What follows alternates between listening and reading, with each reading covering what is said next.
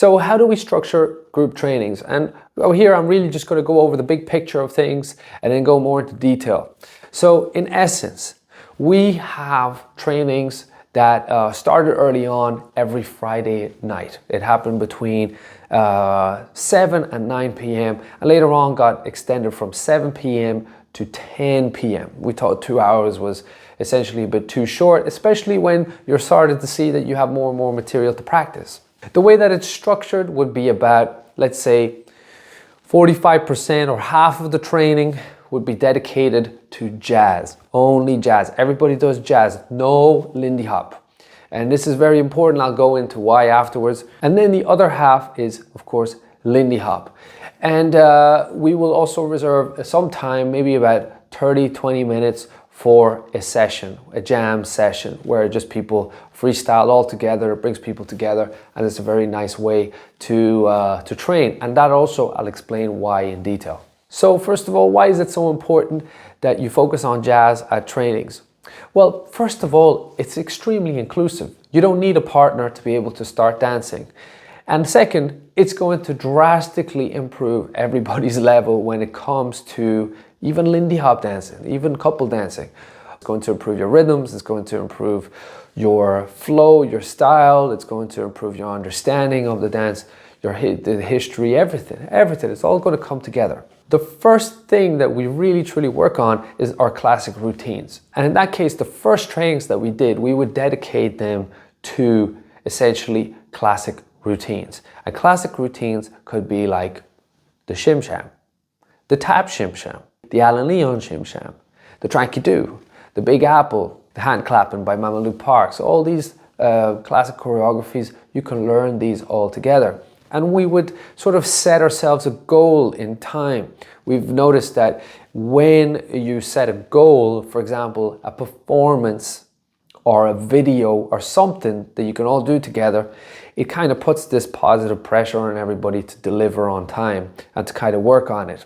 So a performance can very well be just a very small little performance for a social dance. The first trainings that we had, we were dedicated to everybody knowing the classic routines.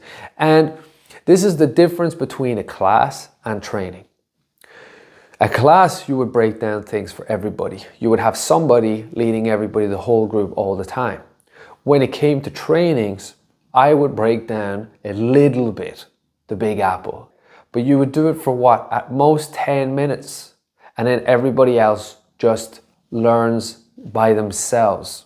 This is a very, very important factor when it comes to training. It's being able to teach yourself, to learn by yourself. This is a very different setting than a class setting. A class setting is I learn from someone, and this is I learn by myself, or we learn together, if you wish.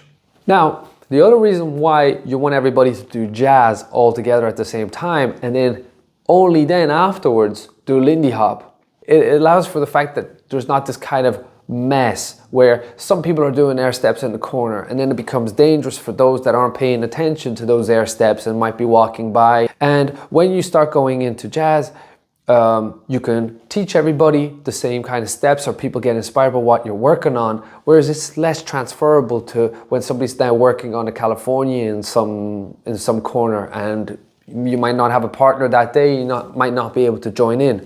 So it brings a certain cohesiveness, right, to the group. It allows people to feel more included because they might not have a partner for that part of the training.